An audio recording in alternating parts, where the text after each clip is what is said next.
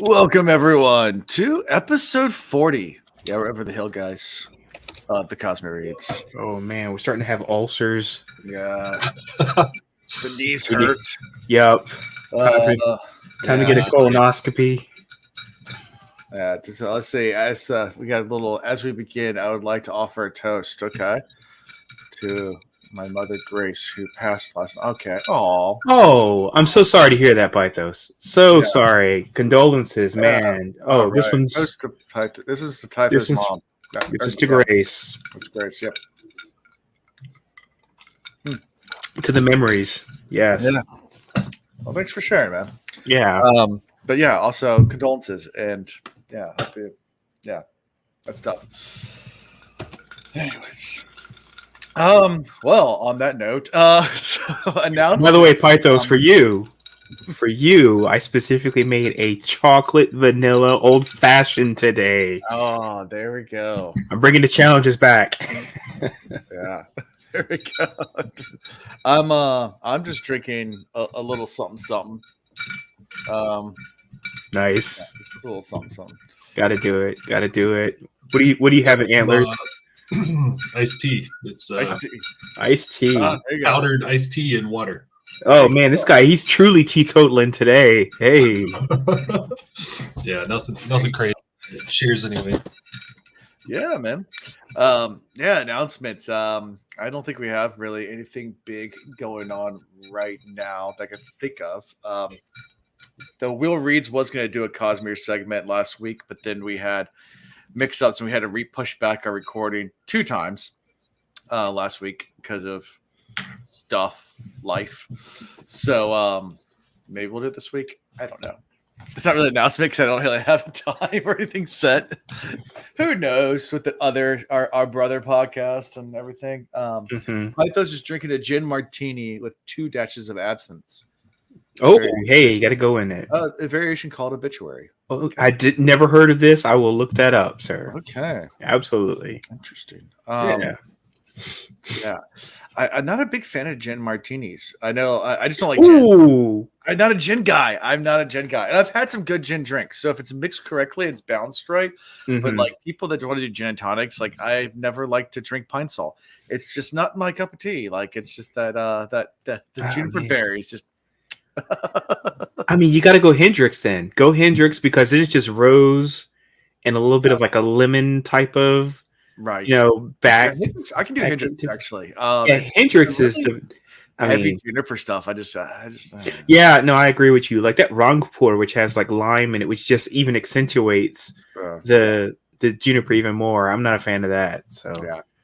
And then and by the way, I'm the martini guy. I hate a dirty martini. I hate olives. I hate the taste of olives.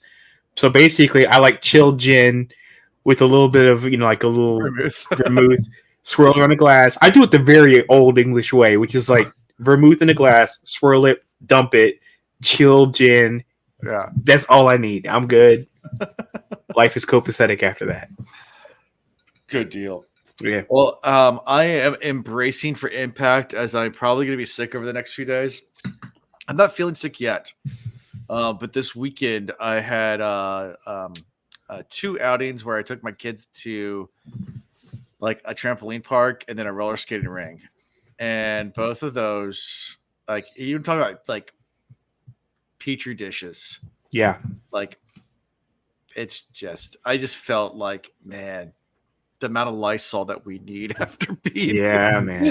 Like I'm not a very cleanly person, but like it was just There's a reason I used to hate taking my kids to Chuck E. Cheese back in the day is because there's like filth on everything. It's like they never cleaned a single video game or any of the stuff, and it was just like disastrous. And I was like, I can't touch the germs anymore. I have to leave. Yeah, we went to Surge Adventure Park in Denby, which is like a new, but I say new. It's been there for about a year and a half. Is that what was Rebounders? No, that's the Rebounders in Hampton. This is in Denby. So it's where the indoor go-kart track was. Oh, yes. Yes, I know what you're talking about. Yeah. So now they made it a trampoline park / obstacle course / rock climbing wall. I mean, it's just like a bunch of like stuff ball pits. Stuff you put your hands on. And then a huge arcade too. So yeah, just Mm-hmm. and I don't think cleanliness was a big thing. Like it was just you looked around, it didn't look like it was cleaned. Yeah. It's like, That's why I would hate going every time somebody told me they were going to have a birthday party at Chuck E. Cheese. I was like, oh no. yeah, They should just give parents gloves when they walk in. yeah, You know? just yeah. And roller skating rink was pretty clean, but it still had a giant arcade, and it's still a public space where people are touching, or there's lots of kids. Anytime you have a public space with lots of kids, it's not necessarily you have to like have like super amounts of cleaning supplies on hand because kids are gross. Oh yeah, I mean, how many kids would I see sitting there playing video games, pizza in one hand, other hand on the joystick, and then it would swap, and I'm like, oh no. Yeah, I mean, I had like on my jacket from holding my youngest son because we had pizza while we were there because it was a pizza party. Like, I had grease stains on my jacket from where he holding him. Yep. And I was like, he didn't wash his hands. He went and like grabbed a bunch of pizza and then went back and ran through the park like with greasy hands. Like, oh yeah, and like every other kid's doing that too. It's gross. Anyway, enough of my germaphobe. That's not really that much of a germaphobe, but apparently it is now that I have kids and I get sick every other week and I don't want to be sick again. Yeah. So load up on that emergency, Alan. That and drinking, right? Same thing. Same thing. You drinking, you know things. You'll get there. It kills all the bacteria, right? I mean, alcohol kills bacteria. You use alcohol to sterilize, right? 9 out of 10 AA clients say it's true. That's true. We had a cat stuck on our deck this weekend. That was exciting. Well, that's fun. How did it get stuck on your deck? I don't know. So there's like a fence on one side that it could have jumped on top of the fence and then gone up to our deck. But it seemed like someone's pet. It didn't seem like a stray because we have stray cats sometimes go by. And then I don't know if it got spooked by like a fox because we have foxes and stuff. Because it was looking around like, I don't want to go back down there, but I need to go back down there because these people keep coming outside.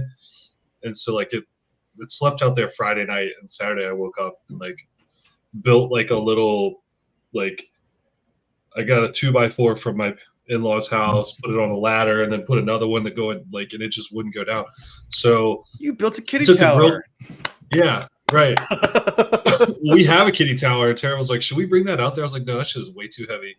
But it kept hiding under the grill cover, so I took the grill cover off because I didn't want to have places to hide. And then it goes in the grill cover, so I just picked the whole grill cover up and carried it through our house outside. So that was the most exciting thing I did all weekend. Awesome. So, that's exciting. Gotcha. I hopefully don't get sick from the cat. Yeah. Mm. Yeah. The cat scratched your ear. Yeah. That cat fluenza is going around, man. Watch out. Cat AIDS. You got to watch out for that cat AIDS. Which is a real thing, by the way. Cat AIDS is deadly. Kills lots of stray cats. Guys, ready? Jump right into this chapters because we start part 3, The Broken Skies. For it to be 5 chapters, I feel like this was the quickest 5 chapters ever. They are pretty short chapters. I mean, crazy short. I was like, am I almost done reading? And I was like, yeah, I guess so. Yeah. It was tough to, I guess, I could have assigned more, but 5 is. No, that's okay. I think that maybe it was the next one was just really long, the next chapter. Or maybe there's. I'm sure there's a reason you did it this way. I think there's a reveal in the next one that I wanted to spend more time talking about. So, okay. Yeah, I think that's why. We trust you. Yeah, because we're doing 5 chapters next week. Anyway, so chapter 34. Let's jump right into our first epigraph. Firukimi should be noted is a power of balance. Of the 3 powers, only it is known to men before the conflict between preservation and ruin came to head. In Firukimi, power is stored up and then later drawn upon. There is no loss of energy, just a changing of the time and rate of its use. I don't know if you got anything from that, but okay, cool. So we're Sad Boy Marsh. Anything, Alondo? Say that again. You didn't have anything on that? About Firukimi? Go ahead. I assume you do. Please do. Go ahead. No? Yes? No, Well, it kind of builds on the other one, I think. The next one gets in the hemalurgy. It's this for kid first, and the next chapter is hemalurgy. The only thing that happened when I read that is I was like, "Oh, that's right, there are 3," and then that was all I thought. Fear Kimmy, yeah, the yep. different. So Marsh, we're with Marsh. Poor Marsh. Oh, not poor Marsh. Scary Marsh. This Joker is intimidating. He's just still Inquisitor. I know, but the thing is, though, I feel like he's scary at a different level for some reason. Yeah. Maybe it's because we got his internal thinking as he's going along. Yeah. But he's scary. He's like a horror monster movie scary level. Yeah, I'm trying to remember how it's worded because he strode like let me flip through the chapter real fast. Continue talking. Oh, it just wrote. Okay, so there's some way they described it, where it was like how he was relishing in the terror going on around him. Like, yeah, Marsh. Oh yeah, a small town. Workers on top of a makeshift case. Flamingo. Ash swept. Ash sweepers reacted to in passing with shock and horror. I can't remember what it was, but there's something where he said he's walking through the town. He's walking through the town with all this ash falling and it just being kind of a dismal scene with this grin on his face. Right. Yeah. He's letting Ruin completely have control. He's not resisting it at all. Yeah. Right. Yeah. He's smiling. He's seeing all this chaos going on. He's like, oh, this is great. Yeah. He's enjoying the chaos. Yeah. He said he still does have moments where he kind of breaks through. You broke up when you adjusted that a little bit. Oh, sorry. But he has his moments where he still kind of is Marsh.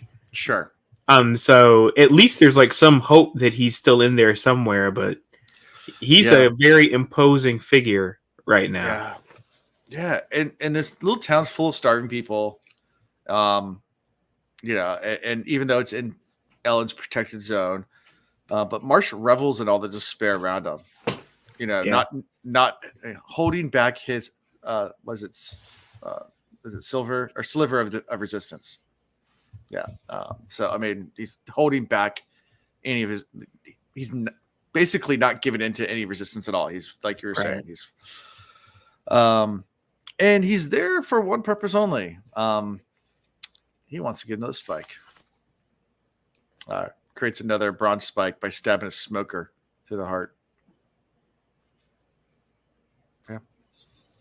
And so they're in a small town. I don't think it says the name, but they're at Mount Tyrion, I think, which is the ash mount closest Mount to Tyrion. Yeah, that's right. So they're just at some random little town in the shadow of this ash mount, right? Right. And he's going to perform hemalurgy on this misting, right? Yeah, this misting, this smoker. I got when I first read it, I was like, oh, he's we're gonna see Marsh interacting with some important figure here, but no, he's just going to go stab some dude. And then he's disappointed that he's drunk and passed out. Yeah. It takes out a few people on the way in, casually, just using that metal triangle he's using. He just basically just burrows through their heads, just whenever he likes to. Mm-hmm. Yep. And goes and stabs the dude, and that's yeah. But these people begging to be back under the Lord Ruler's domain, and he was like, I was gonna kill him, but I was told not to by Ruin, and I mean immediately boom, volcano goes off. Yeah, exactly. I was gonna say, Here comes a lava. I'm he's like, oh, hunger is the least you have to worry about. Man, he is ruthless. Ruthless. Because he says they're we're out of food. He's like, you're not gonna have to worry about that for long. Right. And then he walks an hour and then turns around, looks at the ash mountain, and it erupts. So, I was like, hold on, did he just do that, or did Ruin just do that? Ruin knew that was going to happen. Yeah. Because remember, he got the direction from Ruin about not worrying about killing the people, right? He was like, yeah. He was just I don't remember exactly how it went down. I just remember that, he was like, oh, well, Ruin told me not to worry about all of that. Yeah. Just focus on the one dude. On the one dude, and then be out. Yeah. Yeah. Yep. It looks back. The pyroclastic cloud just coming down the city. Like, yeah, they're all dead now. Oh man, yeah. Jeez. But that's it. I mean, really short chapter. A very short chapter. Imposing chapter, but yeah, it was an impactful chapter. I'll give it that. It is. You guys ready for chapter 35? See. Okay. Hemalurgy is a power about which I wish I knew far less. To ruin power must have been inordinately high cost. Using it must be attractive, yet must sow chaos and destruction in its very implementation. In concept, it is a very simple art, a parasitic one. Without other people to steal from, hemalurgy would be useless. All right. So this is where I have thoughts. Sure. Because I feel like hemalurgy should not be treated as one of the 3 powers. Okay. Because it is the bastard child of the other 2 powers. And I'm like, so I didn't have thoughts in the previous chapter, but I was like, we got this other epigraph that's coming, but yeah, I still think of it as the bastard child. And of course it comes up later about how it really is a bastardization of the other 2. Sure. So I feel like it's almost like, the poor man's feruchemy / alchemy. Yeah. So, yeah. Yep. I said alchemy. I meant to say allomancy. Sorry. Yeah. I got you. Thank you. Easily confused. Thank you guys for giving me a pass on that one. Sorry. Yeah. Blame it on the alcohol. Blame it on the alcohol. So yeah, we're in Spook's point of view on this chapter. Although it starts out talking with Breeze. Because I guess they're at a tavern. Yeah, Breeze mingles at a tavern with Spook. And they're looking for Dern. The guy from a previous chapter that you guys said would come back eventually, because they don't mention characters like that unless they do come back. Oh, absolutely. Telegraph. He's coming back. I mean, we saw that coming a mile away, easily. Yeah. So, he wants to confront Dern about the rumors that are being spread around. Yeah, the survivor of the flames. You had the survivor of the mists, the Lord of the Mist. Now we have the Lord of the Flames. Spook Lestibones. And soon to be the Lord of the Dance. Yeah.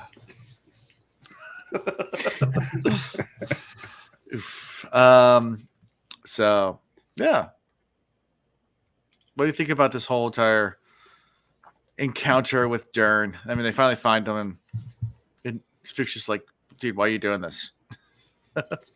I didn't have a whole lot of thoughts about that. It's just, I mean, this whole Kelsier thing, though, is just like so fascinating to me, because every time something happens where I'm like, it's just a figment of his imagination, and then we find out it's going to come up soon, it's like it's guiding him in a way that there's no way it could be his own imagination. Anyway, right. I'm so fascinated by this. I don't know if that's preservation, and he's hearing preservation and thinking of it as being Kelsier, but that's the only guess I got. But okay, yeah, all right. By the way, I don't call him Spook anymore. I feel like Spook died in the flames. He is now Lester Mortis. Yes. So when he asked Dern about why he's doing it, he's like, he's trying to undermine the citizen. They want to cause problems with the underground economy because he was causing problems, because the citizen was the first citizen was causing problems with the underground economy. And he's like, dude, he's been cramping on cutting all my product down, overweighting the market and things like that. And taking out my prices. I'm trying to make a living here. And yeah, he needs to go. So I'm spreading rumors about you, Les de Bones, because, yeah. And by showing Quillian that they try to kill a member of Kelsier's crew and could not to the townspeople and spreading this rumor, it undermines him. And that's Dern's motivation. And then, yes, we get to the part where Kelsier talks to Spook. And Kelsier tells Spook to go after Quillian before he harms Sazed or Breeze. Yeah, so I never liked Breeze much. There's that line. That's just really interesting. Cause, like, that's not something Kelsier would say. Like, I think Kelsier likes Breeze a lot. Like, again, that's one of those lines where I'm like, is that Spook imagination or is that something else? The whole thing really caught me off guard. Yeah, I didn't get the impression that Kelsier had a problem with Breeze. Yeah. But maybe it's just, or maybe he was just using Breeze like a utility, not really aligned with him, but just knew his usefulness. I mean, because he is extremely powerful. Yeah. Is that actually Ruin?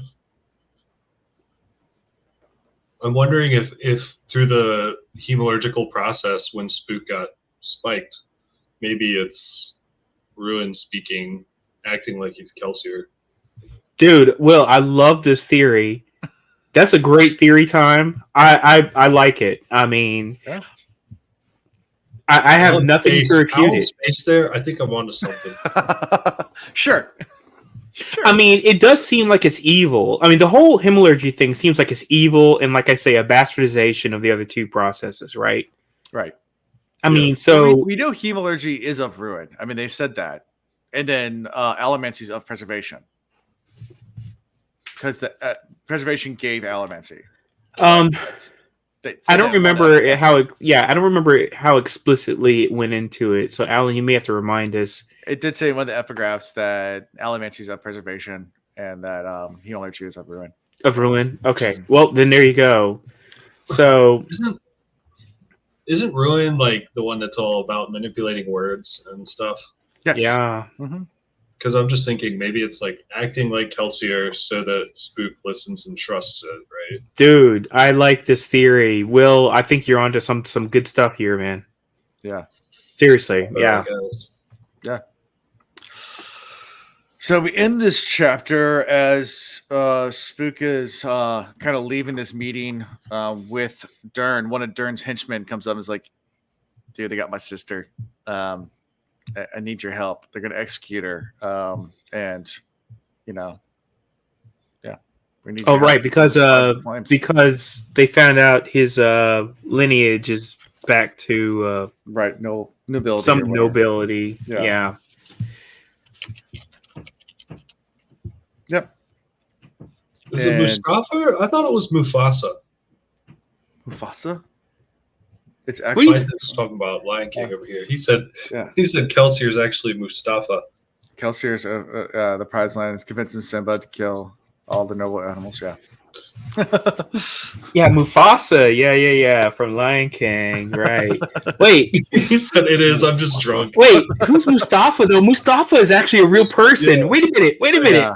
Mustafa is a. Oh shoot. Isn't that what's the place where Anakin gets his legs cut off? Isn't that Mustafa? That's Mustafa. No, Mustafa is the dad. Isn't he the dad from Coming to America or something like that? That's a good one. That's a deep cut. Oh, please, somebody look this up. Where do I know Mustafa from? Let's see. Oh, Mustafa. No. It's Jaffa. Jaffa. Okay, Jaffa. What is Mustafa from? And don't say Star Wars. That's Mustafar, something like that was already in it. It's not the same thing. There is a 2008 movie called Mustafa. No, Mustafa's from something. I'm trying to help Pythos, I swear. Oh, Mustafa. It's the waiter in Ratatouille. That's what Disney Wiki says. The waiter in Ratatouille?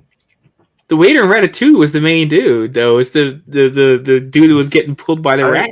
So Mustafa is a name in Arabic that means the chosen one. No, it's from a movie. Wait, can I share my screen? You can. I have to allow it, I think. Let me see. Let me go back to the. Can you share your screen? Yeah, there he is. Boom. Mustafa. Okay. Oh, that dude! Oh, I forgot about him. I love it. And by the way, we derail this train every week. So by the way, you did nothing new. It's a Queen song. Okay. I mean, every week we derail this train. Fine. See,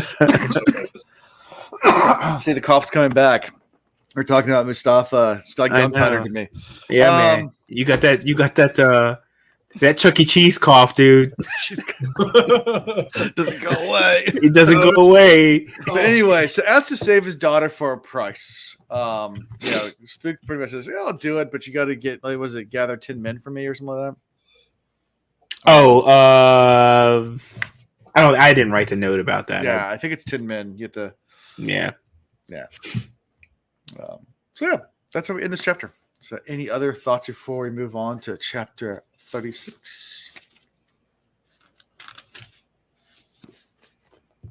Any final thoughts? Just look at my notes. Nope. Okay, that's it. No. Chapter 36. In hemalurgy, the type of metal used in a spike is important, as is the positioning of that spike in the body. For instance, steel spikes take physical elementic powers, the ability to burn pewter, tin, steel, or iron, and bestow them on the person receiving the spike. Which of these four is granted depends on where the spike is placed. The spikes made from certain other metals steal ferrochemical abilities. For example, all original Inquisitors were given gold spikes, which after first being pounded through the body of a ferrochemist, gave the Inquisitor the ability to start healing power. Though they couldn't do it as quickly as a real ferrochemist, as per the law of hemalurgic decay. This is obviously where the Inquisitors got their infamous ability to recover from their wounds quickly. It was also why they needed to rest so much to store up their healing reserves. So they get both Elemancy and Fear-Chemi depending on different spikes and where the spikes are placed. And depending on where they're placed, whether you get Fear-Chemi or Elementic powers. But they can get both. I like how the epitomes are turning into like epitomes. Oh no! Every week you've got to do this, huh? You just gonna do this on purpose just to mess with me, huh? I actually didn't do that on purpose. Which is no, you did. I feel like you're messing with me because that dude said epitome at one time and it annoyed me so much, and I feel like you're doing it on purpose just to. I was sitting up here looking up Mustafa because he's the dude. Is Will Ferrell's character in Austin Powers? There it is. That was Zool in the chat. Oh, thank you. It was gonna kill me. Spy who shagged me. There it is. Yep. That's what it is, though. It is, and it is that commercial. That commercial is so hilarious when he's like doing the whole dancing. And anyway, Will Ferrell is just Will Ferrell. Anyway, switching on back. So the epitome. No. That's your sole purpose every week is just to hit me with that one mispronounced word. Just so I die. I was trying to say epigraph, and then because we say epitome so much, because we messed with it so much because of that dude not being able to pronounce epitome, and now epitome has now become a thing. Now, all right. Anyway, all right. Yeah, but they're turning into. This was a very informative epigraph, and they're turning. No, I hear his epitome in my head. Yeah. Go ahead. Anyways. Go ahead. No, please go ahead. I'll stop laughing. Yeah. No, it's just that was a super informative epigraph about hemalurgy. I thought it was really interesting. Yeah. I mean, I feel like the epigraph was half as long as the chapter. I mean, it was like all kinds of information, and I was like, "Oh shoot, you're really unloading." But I like the fact that it did the actual. It's like, obviously. This is how it works. This is how it works. And I was like, oh, I didn't know. So I was like, whoops, it missed me the whole time. Thank you. I didn't know it was that obvious. Obviously. I'm such an idiot. Thank you, Will. That's exactly what I was when I heard that. I was like, it was like obviously. Come on. Look at the things for like the types of metals in the spikes, the placement of the metals, Spikes, right? yeah. Of the spikes, I mean, and then also the law of hemalurgic decay. From how does that work? It's till the next epigraph. So we'll get to the next chapter. Oh, okay.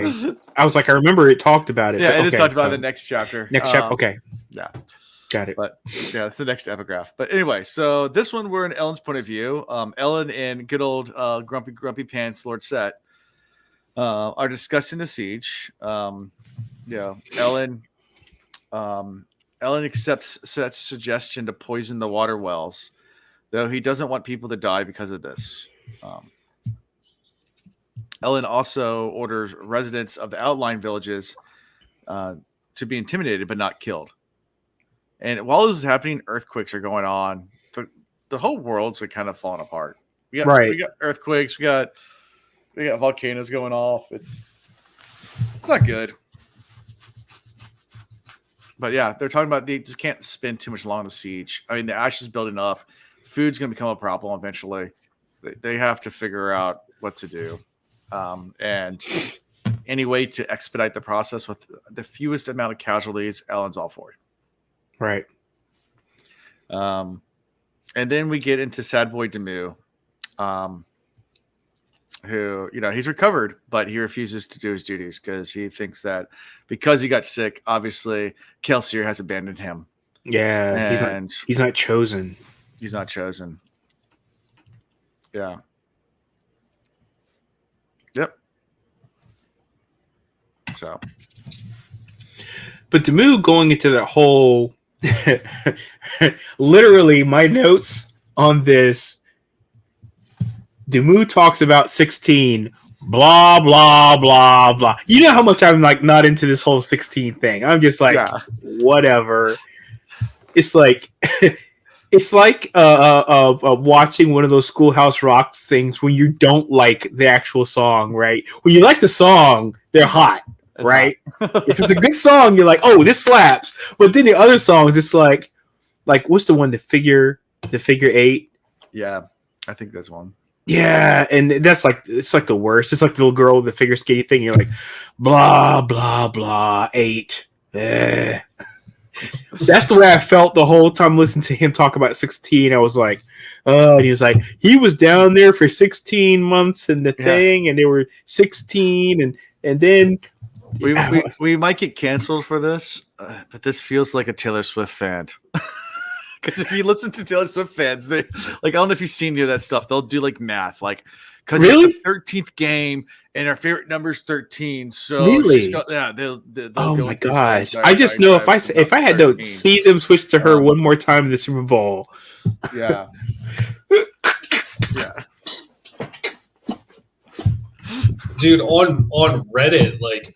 I get promoted subreddits, and for whatever reason, every day I'm on Reddit, I get the Travis and Taylor subreddit promoted. Yeah, that's right.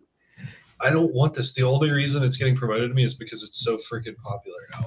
Yeah, and I hate that. I hate the way Reddit does the promotions for other subreddits. I'm like, I happen to look at something about one car, and it's like, hey, I heard you like Ford Pintos. I'm like, no. Yeah. I'm onto something here. It's definitely a Swiftie thing. So basically what I'm saying is that Kelsier is Taylor Swift and Demu is a Ravage Kelsier fan, Taylor Swift fan. And he's trying to like put pieces together. Like in the 16th hour, the 16th day, the 16th minute, 16 people were killed to the 16th of the 16th. Could not care less. So, therefore, Kelsier doesn't like me anymore. And Ellen's just like, do you hear yourself, dude? Like you knew Kelsier. Shut up. Look, every time you guys read a chapter and they start talking about 16, imagine that meme of Gene Wilder is Willy Wonka doing this, and that's me like, tell me more about your stupid theories about 16. I've never heard of bad theories before. That's exactly what you guys would be picturing every single time, because that's exactly what I'm doing the whole time. I'm like, oh, great, another conspiracy theory. Yeah. But great. There are a lot of interesting 16s in here. Not some of the obscure ones aren't, but there are some. And that's fine. But the thing is, though, when people do that, where they start to try to create like all this numerology between all these like really disparate things, it's like if you were able to use that to predict something, fine, go at you, whatever, have at you. But it's like when people did, and I remember this ad nauseum when they did that after 9/11.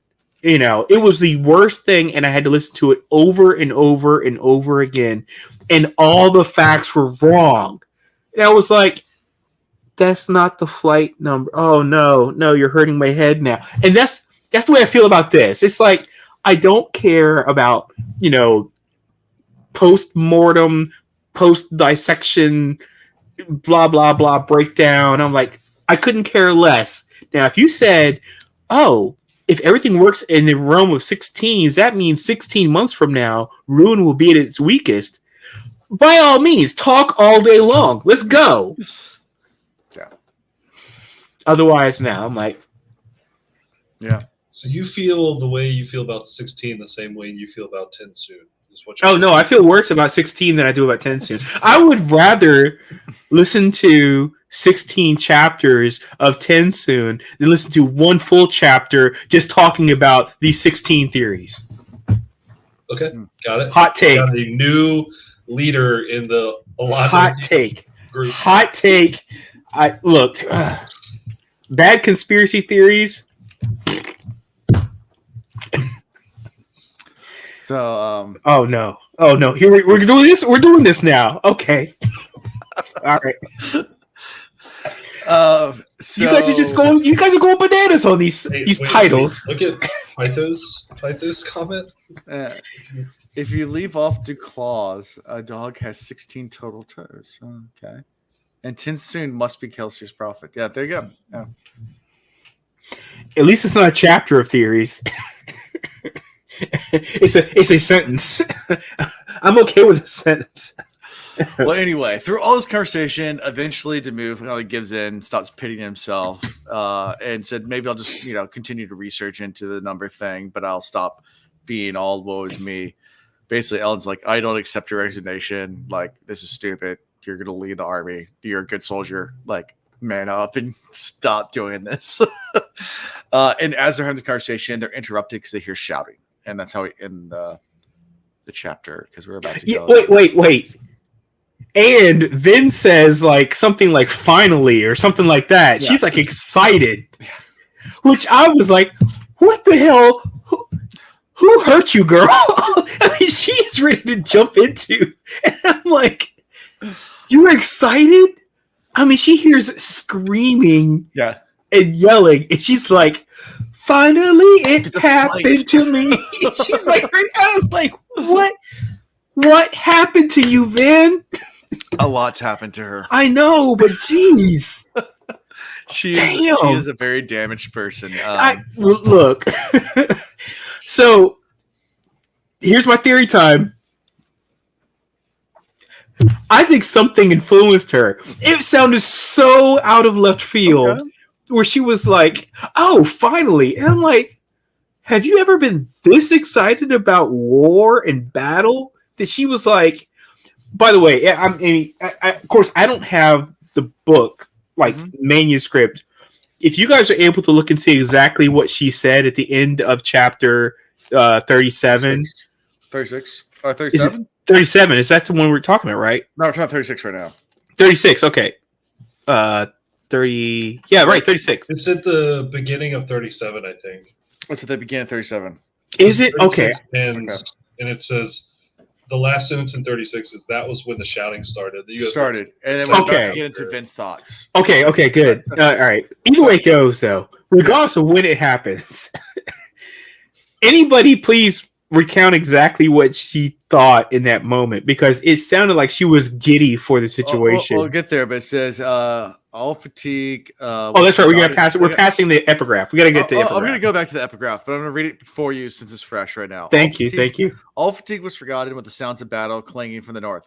Finally, she thought, throwing off her blankets and dashing from the cabin.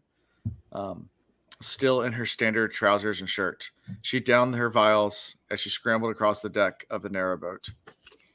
Maybe it's the fact that she's been sitting in complacency for so long. They've gone to a ball and all this kind of stuff. Yeah. And maybe that's the issue, is maybe she's tired of like all of this, I don't know, diplomacy and whatever. Maybe that's the situation, but it really caught me off guard. Yeah. All right. Epigraph time. Let's go ahead. Epigraph time. Chapter 37. Yes. Hemalurgic decay was less obvious in Inquisitors that had been created from Mistborn. Since they already had elementic powers, the addition of other abilities made them awesomely strong. In most cases, however, Inquisitors were created from Mistings. It appears that Seekers like Marsh were the favored recruits. For when a Mistborn wasn't available, an Inquisitor with enhanced bronze abilities was a powerful tool in searching for Scald Mistings. I mean, and that makes sense. Yeah. So it makes perfect sense. It doesn't get into it, but the Hemalurgic decay is whereas they said the Fear Kimmy, you didn't lose any energy in the process. Like you use one thing, everything's still restored. Right. So like it's a 1-to-1. Like I use the healing ability, I heal, and then I rest, and my rest is exactly equal to my healing in order to be counterbalanced. Whereas a Inquisitor has to rest like twice as long to get the same amount to get half as much healing because there's decay. There's not a pure. It's not pure source. That's what it's got like a half-life basically, right? So it's not a 1-to-1. Right. Yeah. Which makes sense because I mean we've heard about that up until now when it comes to well, actually, everything we've heard about when it comes to Feruchemy, right? I mean, yeah, that they could, put their power into these metals, right? And it's always available to them, and there's no decay. Even the Lord Ruler had that, right? Sure, I mean, 1,000 years. So that all makes sense. So I like the confirmation. Because I mean, Rashik was a terrorist man. That's right. Yeah. Yep. So he was a Feruchemist first. Yep. So we're in Vin's point of view. Yeah, Vin's really excited. Get to go fight time. So she runs over there, and a bunch of raiders from King Yeoman's camp or whatever are attacking their supplies. And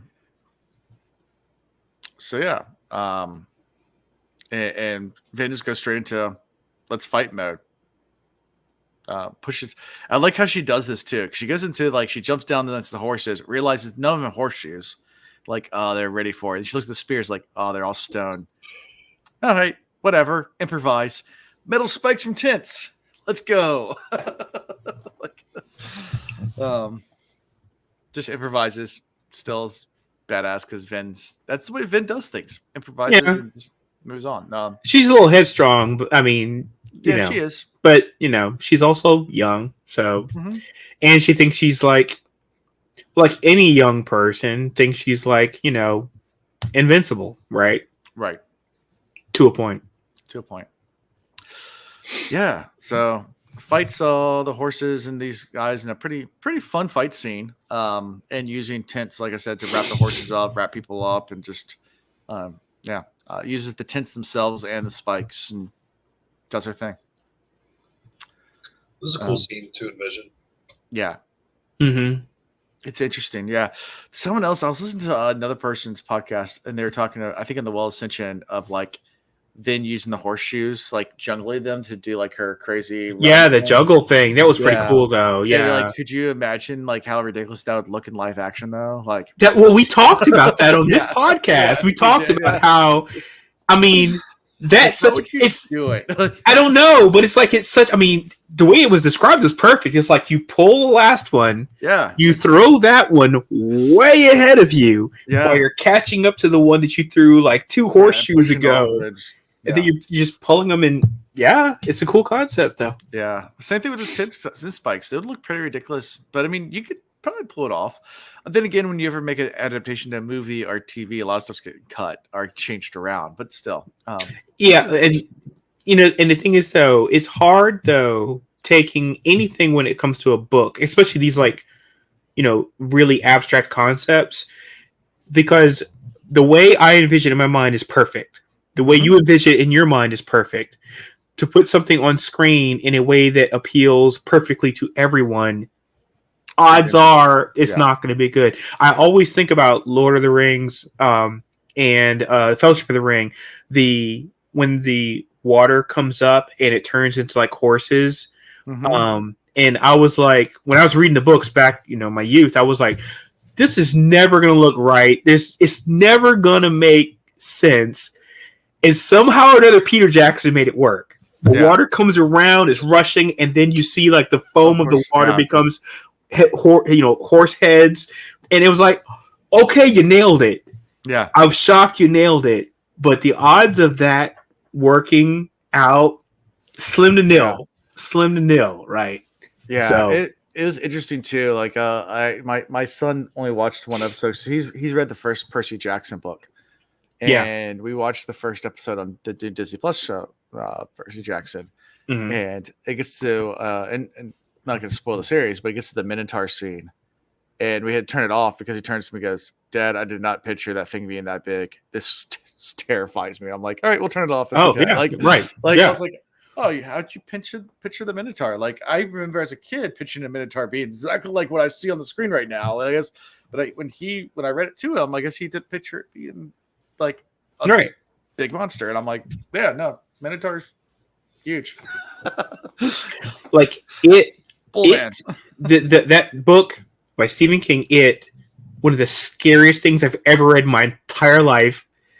I read it in my teens. I feel like the last movie came pretty close to some of the scary scenes. Right. But still not nearly as close as the way my mind, oh my God. It terrifies me to this day. When I read that book, so. The uncanny valley. Stephen King's really big on that. Finding things that look almost human. He's really big on terror versus horror. Yes. The difference between, I don't know if you ever listened to his interview. He talks about the difference between terror and horror. It's a really fascinating interview with him where he talks about that. Where you talk about the root word, where you get like, horror, and you go out, it's horrific, but terror is terrific. Right. Like, and it's the connotation, like, what's the difference between horror and terror? And he describes it as like horror is like the guy coming at you, the monster. It's a big monster in front of you. That's horror, like slasher horror. Terror is coming home and everything has been slightly moved in your house out of place, and only it's out of place, but you can't really kind of tell that's out of place. There it is. It's unsettling. It's unsettling. That's right? Terror versus horror, where you see like the monster coming at you. That's just horror. Right. Terror is like everything is wrong. And I now think I might be going crazy, but I know everything is something's wrong. So, yeah, I have a summer home in Uncanny Valley. I visit sometimes. Yeah.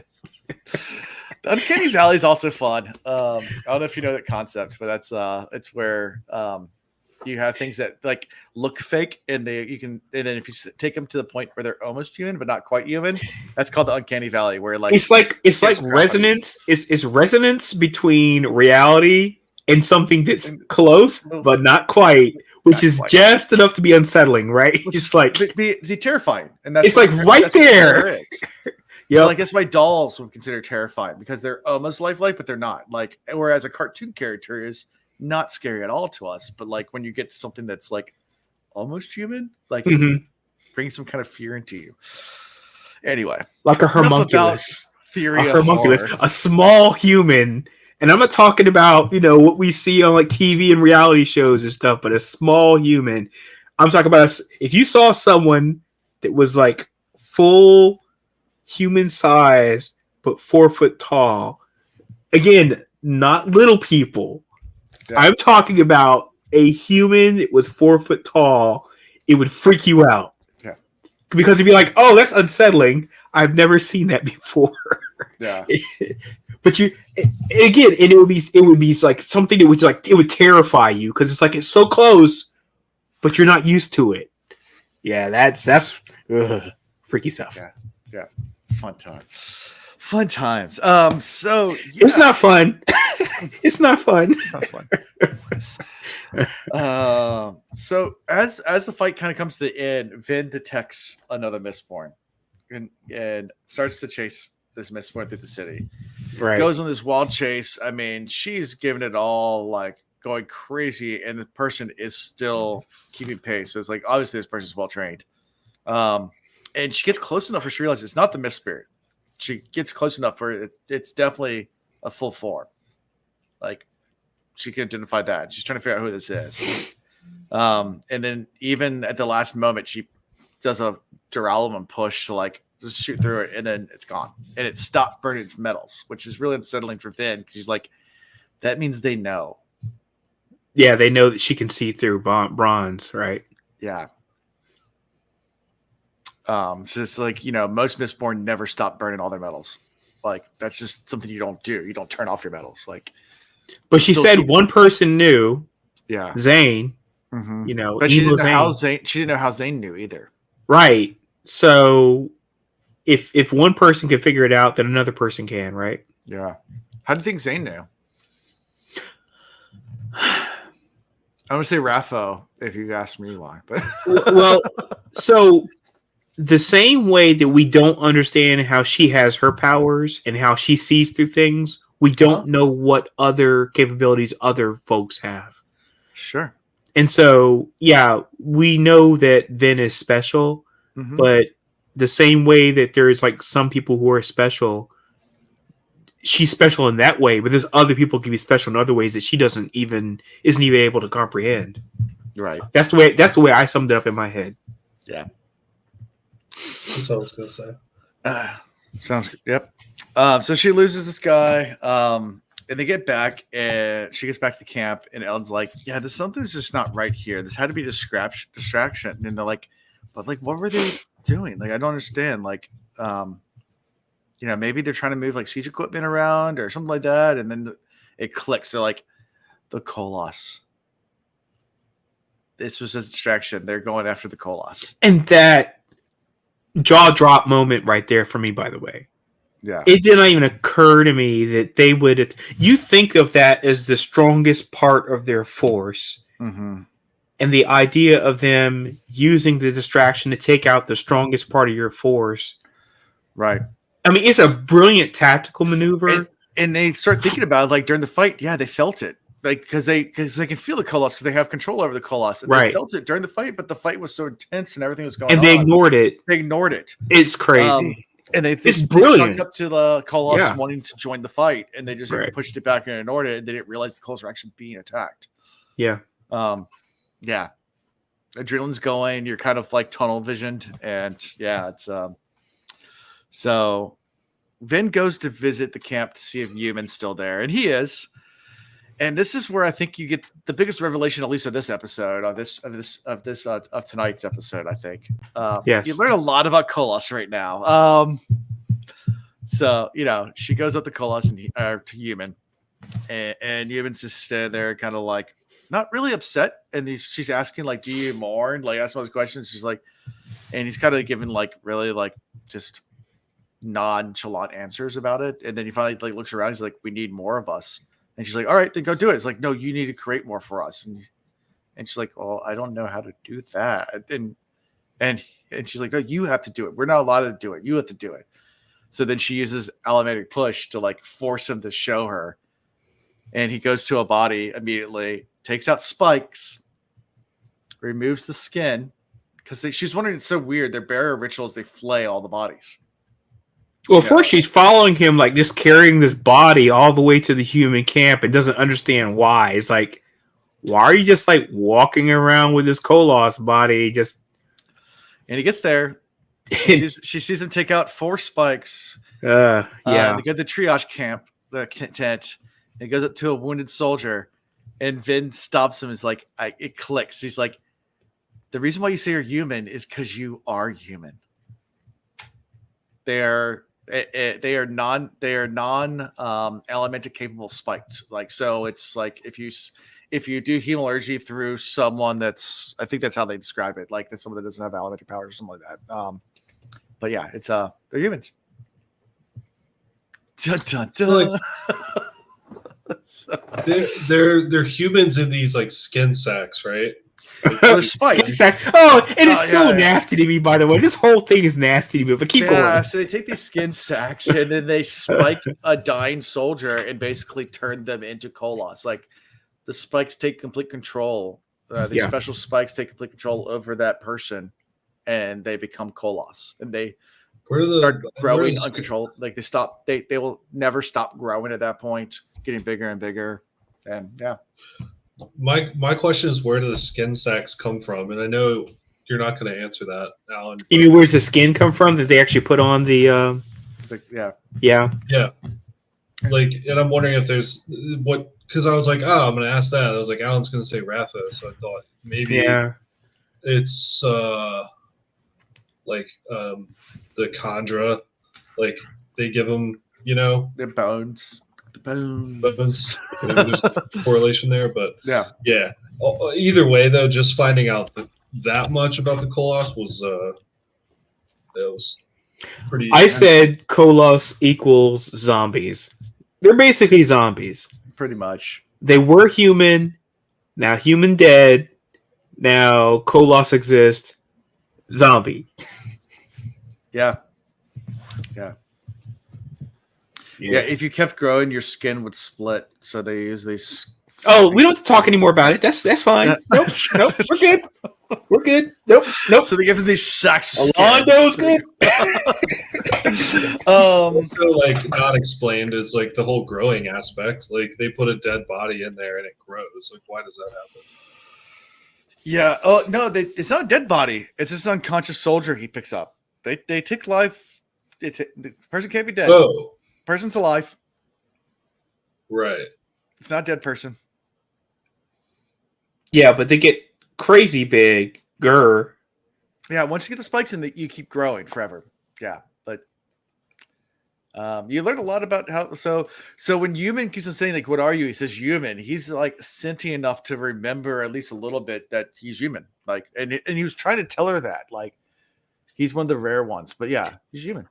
But that's the reason why I still consider them zombies. Yeah. Because they don't really have the higher brain function. I'm sorry. They don't. Yeah, higher brain function. Sorry, make sure I got it right. Yeah. So they're... Which makes it even more terrifying, the fact of how they're made. Like, at least to me. Oh! They were already terrifying enough, right? I mean, they bleed from the side of the skin. It's like... Yeah. Stretching and tearing and the whole yeah. Again, never want to see any koloss artwork ever. I'm good. You don't want to see what colors look like? Okay. I'll take things I will never type into DeviantArt for 300, Alex. I'm about to do it right now. Yeah. Have at you. Have at it. Cool. I am never typing that. I don't want to see what it looks like. Yep. Good. Yeah. Anyway, they're pretty hideous things, but yeah, so they're human. And we learned how koloss are created. We learned why there's no young ones. Yeah, but it's so unfortunate though, because that's a really terrible situation. I mean, because you have to wonder. I mean, were they injured and on the precipice of death before they were turned into koloss, or were they just, happen chance bystanders who just happened to get turned into koloss because someone needed an army of like easily manipulated, mindless. So also, if you remember back to the last book, when they steal one of the pouches from the koloss, they had the wooden coins in there, but they also had spikes in their pouches. So when they killed another koloss, they would put something inside their pouch, and when I think it was Ellen stole one of the pouches and looked inside, and it was just like these little tiny little spikes, and he's like, I don't understand why they collect these things. Like that was from back in the last book before we do anything about hemalurgy or anything like that. It just was a little little Easter egg there. If I reread, you're like, holy crap. Like it's right there. But yeah. So fun times. Good old it ain't fun. It's fun for no one. All these spikes. That's why you got in the book cover just a giant spike. That's the cover of this book. Oh, I didn't know that. Wait, your cover looks different than mine. Yeah, it's one of the. They have different covers. Oh, that's right. It'd be on my iPhone. I guess Yeah. what is the cover of my? You probably book have like? the one where it's like the bluish white tones or whatever. No, it looks like. Oh, that one. Yeah, that's the original. Okay. Yeah. So no spike on mine. It's just and the most recent edition. I don't know if this is the most recent edition, but this is the one that they use now. And for the English, the spikes actually look like. You think the spikes actually look like railroad ties? Like railroad ties? Yeah. That is 100% like a Photoshop railroad tie. Yeah. It's funny every time you put something at will, and it's like you like trying to show us an image, background. And it does the blurry background thing, and so then it starts blurring the book or whatever. It makes it seem like you're trying to show nudity. Yeah. It's like, have you seen this? Have you seen this nipple nail? You know? So, any more thoughts about this? I mean, this is a big revelation. This is probably it's a huge revelation. I was just mulling it over and just I couldn't get past the nausea of the whole thing, but okay, interesting. I think it's going to change their whole opinion about the Koloss army. Yeah, they're going to get all like emotional because they know it's actually humans now and start treating them differently and humanize it. Well, they create new ones now because I mean it's nice to have a Koloss army, but at the same time, will they? I mean, now it's a whole moral dilemma. So there's my issue is the moral dilemma, and it makes me wonder: what if you went and took the blue skin and spikes off of them? Does it kill them instantly, or can they still live? Yeah, it's like an Inquisitor where you remove the right spike and they just fall down dead. Die? I mean, we don't know yet. I haven't been told that yet. Yeah, and they just thought like that was their burial ritual was flaying. I mean, that's not something that Vin realized as she's walking through the camp as well as they're taking their dead and just flaying them. And she's like, it's such a weird burial ritual they have. But it's so they can save the skins for making more. It also talks about the currency of swords, like they right that whole thing where they get the well, they take the swords from the. They take the swords from the dead, and they know recently deceased. They know how much they need based on how much empty swords they have. If they have a lot of swords, they need to start making some more koloss. Yep. Yeah. So, but they're not allowed to make them themselves. She forces Yuman to do it, but Yuman doesn't want to. Like, this is something that even they won't do. Like the Lord, I guess the Lord Ruler was making them for him, or the Inquisitors, or somebody. Obligators, somebody was doing it. Mm. Yeah. So fun times. You guys ready for the last chapter? Bring it. All right. Chapter 38. Hemalurgy can be used to steal elementic or ferrochemical powers and give them to another person. However, a hemalurgic spike can also be created by killing a normal person, one who is neither an allomancer or ferrochemist. In that case, the spike instead steals the very power of preservation existing in the soul of people, the power that, in fact, gives all people sentience. A hemalurgic spike can extract this power, then transfer it to another, granting them residual abilities similar to that of allomancy. After all, preservation's body, a tiny trace of which is carried in every human being, is the very same essence that fuels allomancy. And so a conjurer granted the blessing of potency is actually acquiring a bit of innate strength similar to that of burning pewter. The blessing of presence grants the mental capacity in a similar way. And the blessing of awareness is the ability to sense a greater acuity, and the rarely used blessing of stability grants emotional fortitude.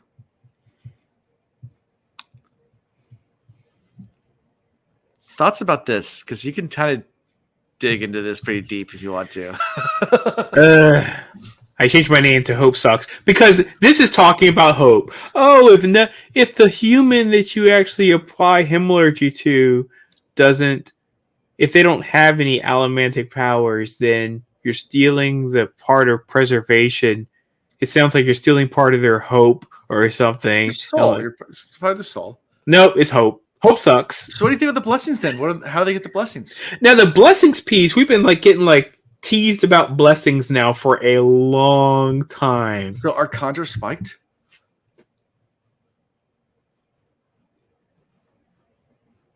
No, they're boned. They're boned.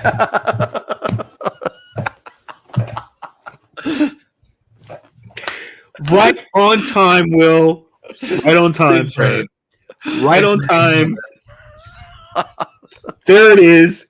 There it is. Thank you. Woo. Thank you, Will. Thank you, Will. He shoots. He scores. Well done, sir. Yeah. So, any thoughts about this epigraph? The epitome of this epigraph. Oh no! Oh no! One of the parts that jumped out at me. I mean, a lot of people are going to say something else, but nope. It's just a tiny trace of preservation is carried by every human being. Like I am. Thank you. I am starting to think okay, humans are in the real world. Humans are born innately good. I guess this could bring up a lot of arguments because I don't know if you guys have different viewpoints, but babies are born, babies are good, they're happy, right? They love, and there's no they haven't been influenced by the outside world, right? Preservation, I'm wondering if that's a kind of similar thing that everyone is innately trying to preserve. And ruin something that's ingrained in someone that's been through a lot of trauma, and I don't know, does ruin come after the fact? Yeah, that was one piece that I was kind of curious about, but okay. Then there's, the whole other I'll just leave it at that for now. Yeah. There's a lot there to digest, though. Yeah, I go back to what you were talking about, with you. I don't know if this is kind of the same train of thought, but what makes humans different. Because it kind of talks about this, humans have a piece of preservation, and it's been an ongoing debate amongst scientists and biologists for years and years. What makes humans different than other species, and you can argue DNA and much of this or that. One of the biggest arguments you have is that humans do have a theory of mind that doesn't exist anywhere else. We can teach chimpanzees and gorillas use sign language. No matter how much language we've taught them where they can communicate, they've never actually asked a question. So there's no theory of mind that you might know something that I don't, that humans innately have. So I'll ask you hey, what do you know? An ape can learn all the language of the world and they won't ask that question. They won't ask questions. Curiosity? They'll respond. Yeah, they don't have the curiosity. They don't have the ability to think that you might know something that I don't. The theory of mind, that your mind's separate, that holds different information than what's in my mind. They don't have that concept.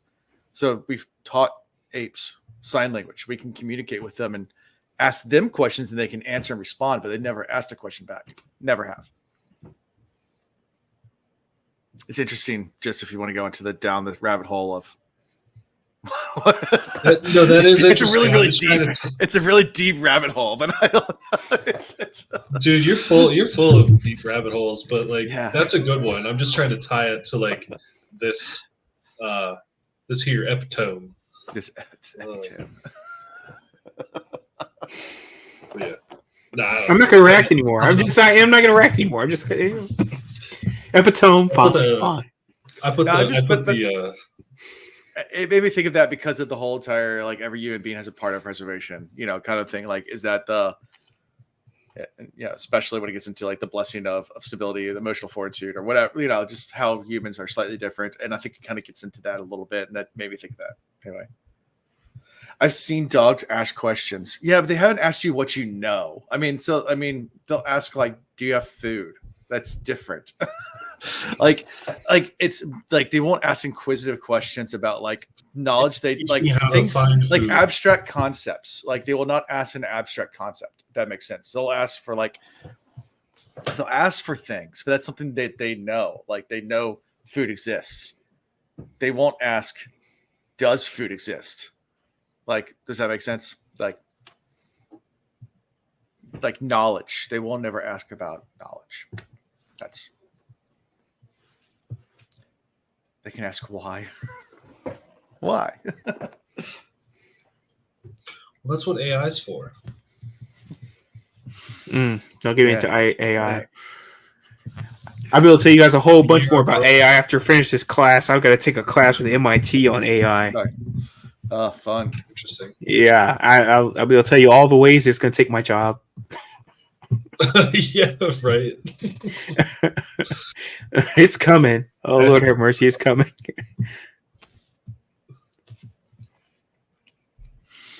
So, anyway, guys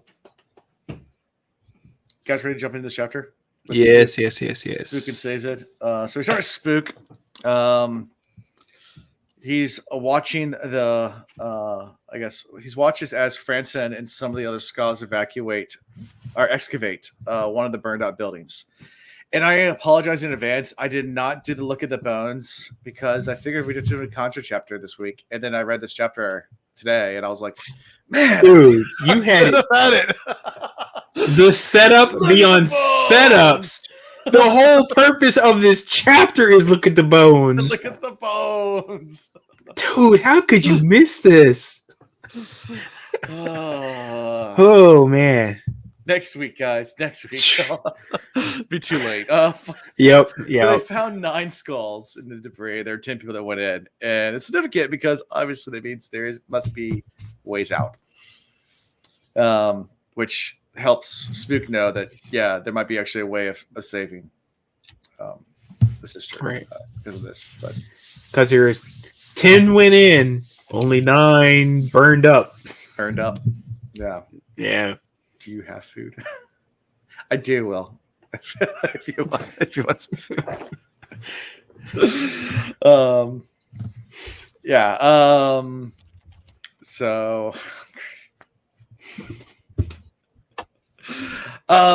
So any thoughts about this before we switch to says? Just they went to check out the excavation of the burnt out building and they count found the skulls. Count the skulls, right? Now he starts kind of thinking about old boy's sister again, which I'm like, that's interesting. Yeah, I'm like, is he like over her, or I mean, yeah, I don't know. I don't know. Oh, is this the same sister? No, well, it's 2 different sisters. No, 2 different sisters. One sister's trying to be saved because she's about to be executed. Right, she was executed, and then there's a sister of First Citizen sister. Yeah. Right. Okay, I was getting those confused. Yeah, he's thinking about his sister. Who was the 10th skull that survived? Was that Spook? We don't know. It doesn't say who it was. They just know one person got out. Okay. So, I mean, obviously there's some exit out of the building. Yeah. And Spook tells Franson that means that his sister can be saved. Yeah, he can help his sister be saved if there's a way out. Of course, now that Spook's a pewter arm, I mean, he can probably just burst through a wall at this point. I mean, so yeah, I feel like we're overthinking this whole secret exit thing. Yeah. Outside looking in, I feel like this is like a bunch of like drama unnecessarily brought up. It's like, why don't you just go ahead and just bust in there? You're the savior now. You got your I don't know, Fable going through the streets right now. Why don't you just go ahead and just bust through there, continue to prop up the romanticism about your own existence and how you escaped. Why go through those secret exit nonsense? Yeah. I mean, you were going to break fear into the leaders of this whole, area, burst through there and be like, I'm the man. And then Hey. Oh yeah. Oh no! Oh no! Oh no! Oh no! Oh no! Oh yeah!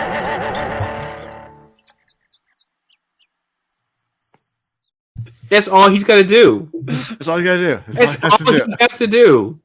Burst through there. Oh yeah. Oh yeah. That's all he has to do. Anyway. Fine. I guess I'm going to go about it the academic way. Yeah.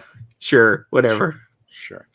So Sazed and Breeze, they're sitting in the tavern discussing how the ska go out right now in the mist, which is something kind of once unheard of. And they're talking about how this is like, the ska used to be terrified of mist, but now they have, the Lord Kelsier, Lord of the Mist. So man, I missed a comment in earlier chapter, and it completely. I cracked up laughing, and you just reminded me of this comment. So in chapter 36, when it's talked about Breeze going along and try to play along like he's like one of the commoners, and he said, "We're going to put some ash on your face," and Breeze was like, "I'm out." I laughed out loud. Breeze was like, "I went along pretending my dear sirs, I will not. I can pretend I'm a commoner. Well, here, we're going to put some of this ash on your face. I'm out." I laughed my ass off at that.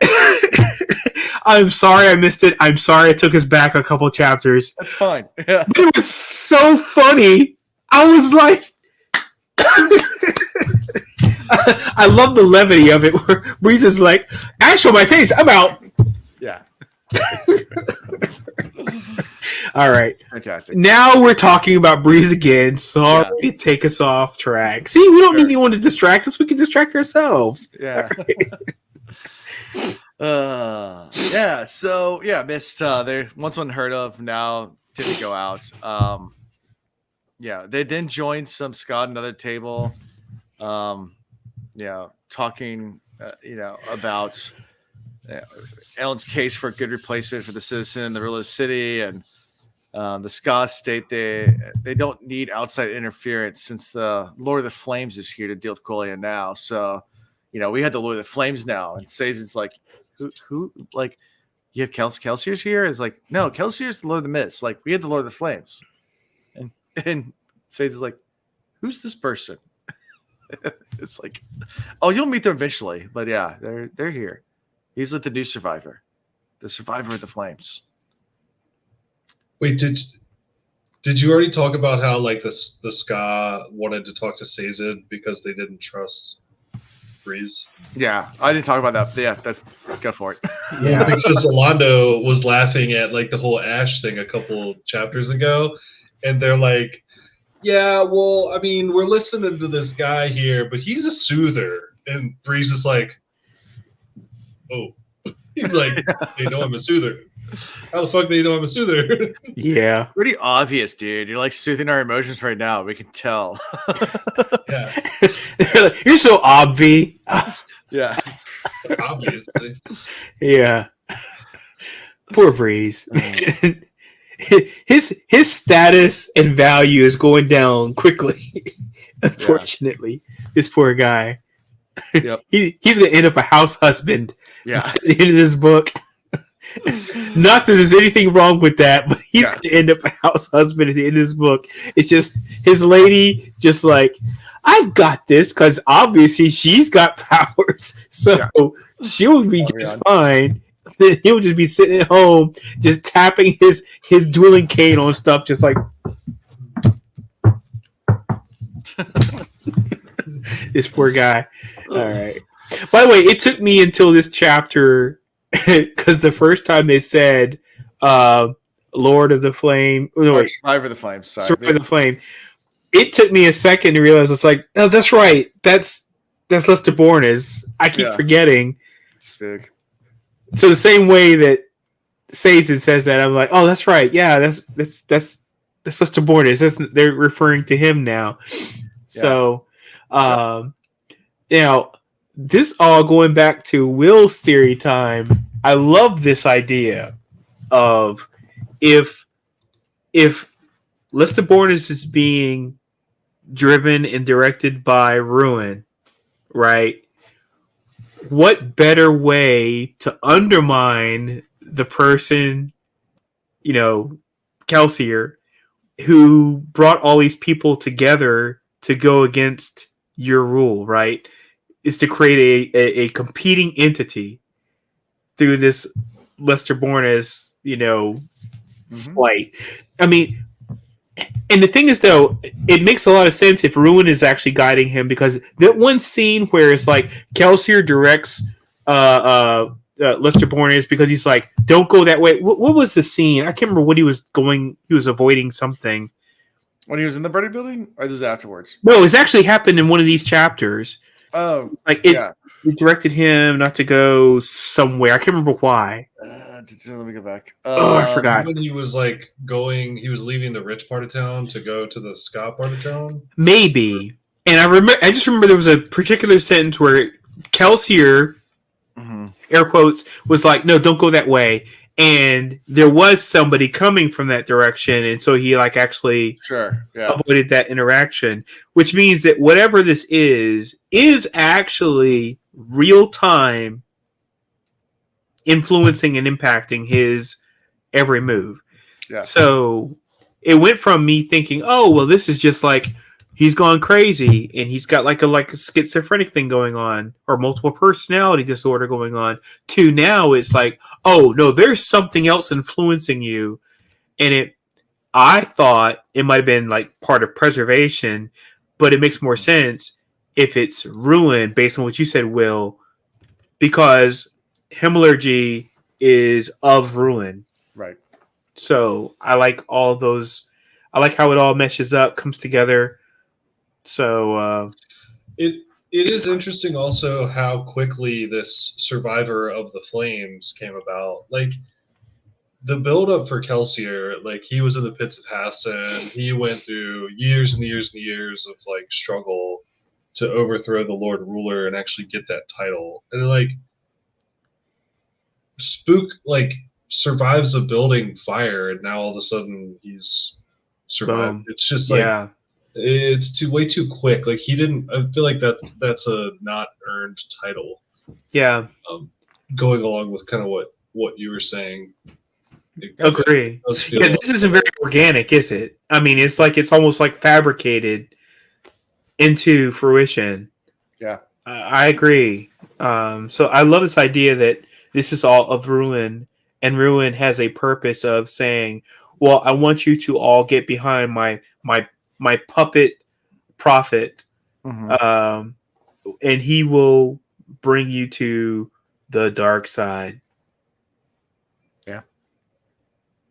Yeah. Yeah. Yeah, and we end this chapter with Sazed being told to go meet the new survivor of the flames tomorrow at the executions the next day. Right. And that's how we... Survivor of the Bones.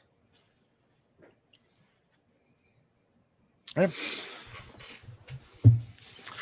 So yeah, that's how we end this chapter and we end this episode. So any final thoughts on all this?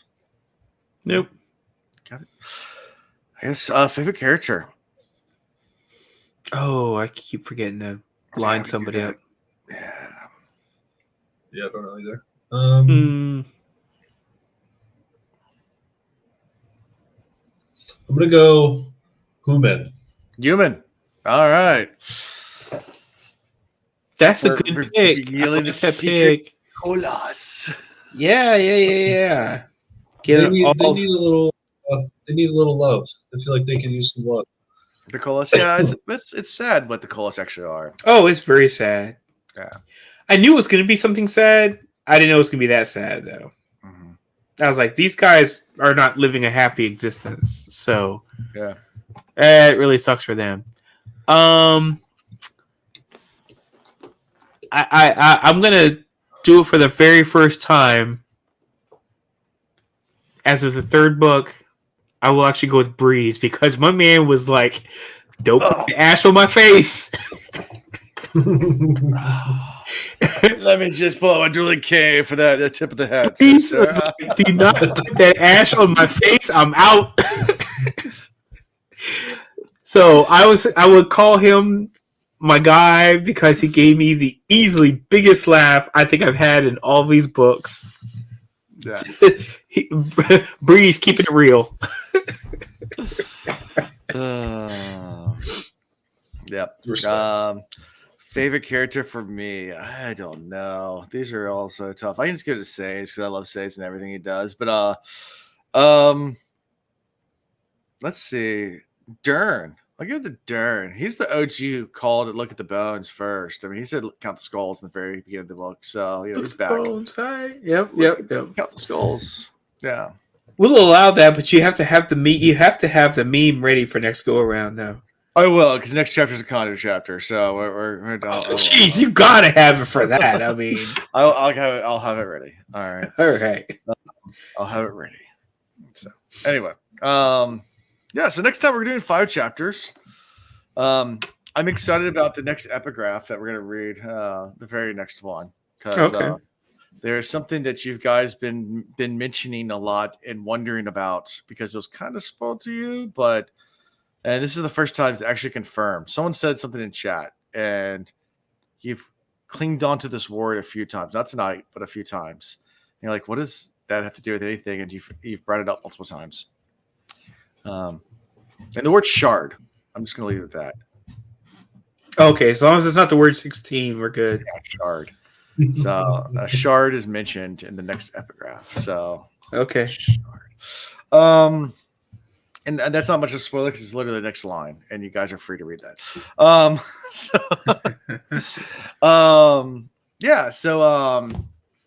Yeah, I'm excited about next 5 chapters: 39, 41, 42, 43, 44. Yeah, it's me. I'm the problem. It's me. Yeah, I know. This is you get really excited about the shards. But yeah, so we'll do the next 5 chapters. So that'll be exciting. I don't think it takes us to the end of a part, does it? I doubt it. We just started part 3 or part. It does. It does. It does. Yeah. It does. It's a short part. Then short part. Yeah. I looked it up. Chapters in this. How many chapters in this book?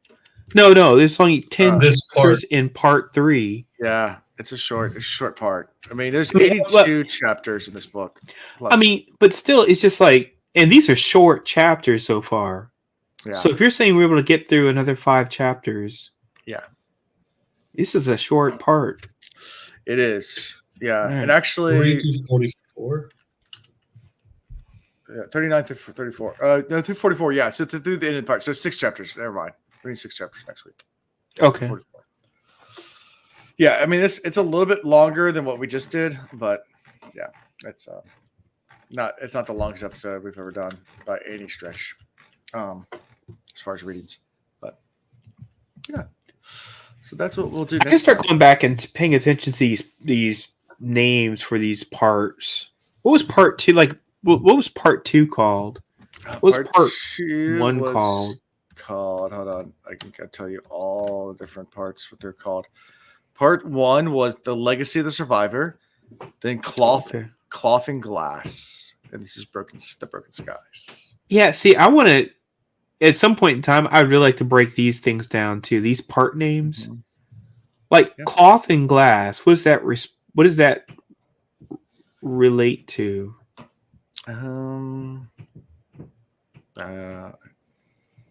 Because we don't have chapter names, right? It's just like the chapters. Yeah, and Mistborn doesn't. Brandon doesn't do chapter names. And Stormlight he does.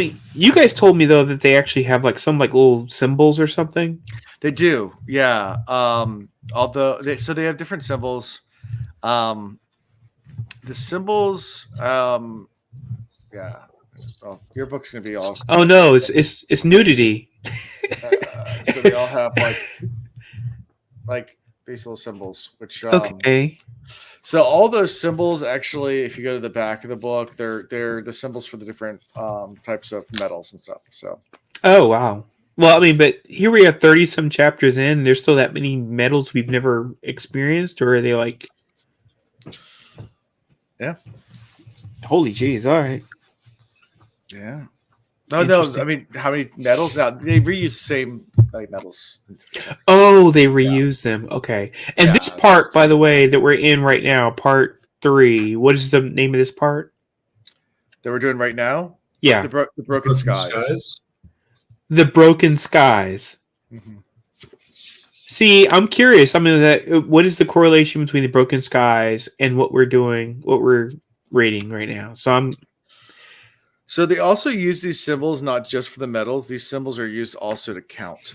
So like it's like these symbols are their language or their letters.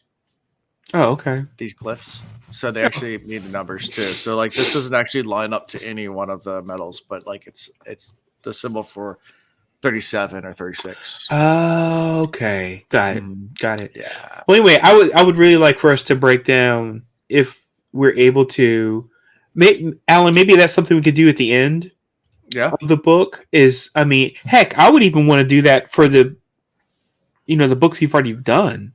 Yeah, I actually have a keychain on my key. Like, no one's ever mentioned it, so that's how I know they're not a true Mistborn fan. But I actually have a keychain where it has the glyph for 10 on one side, the glyph for gold on the other side. It's on my keys at all times. So if anybody sees my keychain, they can see I have the Mistborn glyphs on the keychain. Cool. Someone gave it to me at Jordan Con, so I was like, I'm definitely putting this in my keys.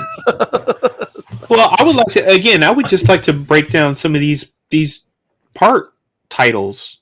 You know, what do they mean? What were they trying? What was Sanderson trying to convey? I'm sure you've got like some insider info. Blah blah blah. I can probably find an interview where he'll say exactly what they mean. But okay, cool. I mean, I would even if that was a separate episode we did for Patreons only or something like that, where we just talked about the part names, I'd be cool with that. But I would love to just have that all broken down.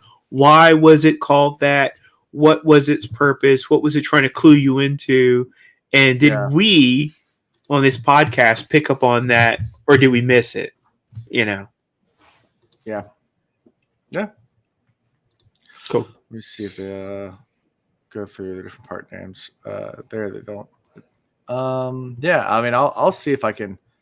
Find something. I mean, maybe I'll look at the Copper Mind. And that's only if it's like obvious, Alan. I mean, if it's like, there's websites you can go to that I don't recommend going to at all. But not for us, no. Yeah, for you guys, like the Copper Mind, which is like the terrace where they can store all the information. Copper Mind has all the Cosmere stuff in there. It's very spoiler heavy, but it has all the links to everything and kind of like a Wikipedia for Cosmere. Oh, so it's the guy's own wiki. Got it. Kind of, yeah. It has its own fan run, crazy, and they have lots of quotes and lots of different things. But yeah, cool, very good. Anyway, I'm curious. Yeah, and I know that I have to ask for it on a podcast because I know I can't go look at it myself because I know that. Yeah, I mean, I'm super curious about it, but I know that I don't want to spoil anything. Sure. So, or maybe we can task someone to let us know if they can do the research and let us know within the realm of what's not spoilery. And don't go to the Copper Mind because it'll spoil on the homepage. What do you think about? Yes. What? Yeah, you can open it up. It'll spoil. Yeah, it'll spoil it right as you open it up. Like the homepage spoils it. No. Copper Mind. If you click on it, it gives that message you have to click off of first. Say anything if you click continue. Like the first time you go to it, I think it does. Like if you type in coppermind.com, I'm pretty sure it gives you like a warning message right up front. Say do not. Oh no! Wow. Oh, the top banner says Coppermind has spoilers for all of Brandon's Polish works. Yeah, it says the very first banner says okay. Again, that's the reason why every time I request something, I request it on this podcast, not try to go look it up myself because I'm just like, I don't want to mess it up. Oh yeah, So- there are spoilers right there in the very front. Yeah, no, it has a Oh. line at the very top, but then you read like 2 pages down. Yeah, there's spoilers. Yeah. No, Oh, don't go there. okay. Don't go Well, that website. Not going there then. Okay. Yeah, spoilers right Anyway. there. So anyways, yeah. Or maybe, so, maybe somebody would be interested in writing up something to help us with that without us having to go to the website or, yeah, I can find something. I'll find something about it. Again, I would just like something before we get too far away from these books and move into like the next series and whatever. Sure. And it not be divulged to us what the meaning was of these part names. Yeah. Sounds good. So, anything else before we continue on? All right. So, how it can be found is at thecosmereads.com. It's a website that has links, and you can actually listen to our podcast on that website when I catch up and actually release all our episodes. I'm a little behind, but you can always watch us live on YouTube too. So yeah, if you want more, just come watch us here. But anyway, also find links to our merchandise, Patreon, Discord, all that fun stuff right there on the website, social media. And yeah, don't forget to like, subscribe, do all those fun things to help out. Helps with algorithms. Write reviews. I do enjoy those, so write them. Good or bad, I don't care. You can say like Alan's hair looks funny. What little hair I have. Don't say that. Alan's hair looks great. Oh, thank you. It's receding. Like you can see, like it's. I'm getting old, guys. Dude, anyway. I'm the youngest one here. Come on now. What? I'm the youngest one? I'm not the youngest one here. No. I said I'm the oldest one. Oh, here. you're the oldest one. I can definitely confirm that. I'm the oldest here. Yeah. You are older than me. Yes. Older and wiser. So yeah. But give 5 stars. I don't say wiser. I've just seen more stuff that I don't understand than you. Bill is younger and wiser. Wise amongst his years. And I'm just there you go. That is a podcast. He is a survivor of bones after all. Give us 5 stars. Yeah, I mean, if that's what Zool says, but hey, give us 5 stars. 4's fine too. Yeah, 4 is okay too. Yeah, we like 4s. 5. If you don't want Zool to come after you, then sure. If you give a 5-star review and you write something, I'll read it. I'll read that out loud on the episode. How about that? I'll read the 5-star ones. I like it. Or if they're funny enough and they're less, then I'll read it. I would love that too. Yeah, and by the way, and Alan, I continue to be interested in all the metrics. I mean, you blew my mind earlier with talking about metrics, like how many countries and all that kind of stuff. We have a lot. Yeah. Tell us that stuff. Okay, I'm cool. Curious. Yeah. So we have listeners in Serbia, the Netherlands, Japan, Belgium, United Arab Emirates, Luxembourg, Malaysia. Shout out to all you guys. So I'm not gonna read them all out. But yeah, shout out to everyone that listens to us around the world. Thank you for listening.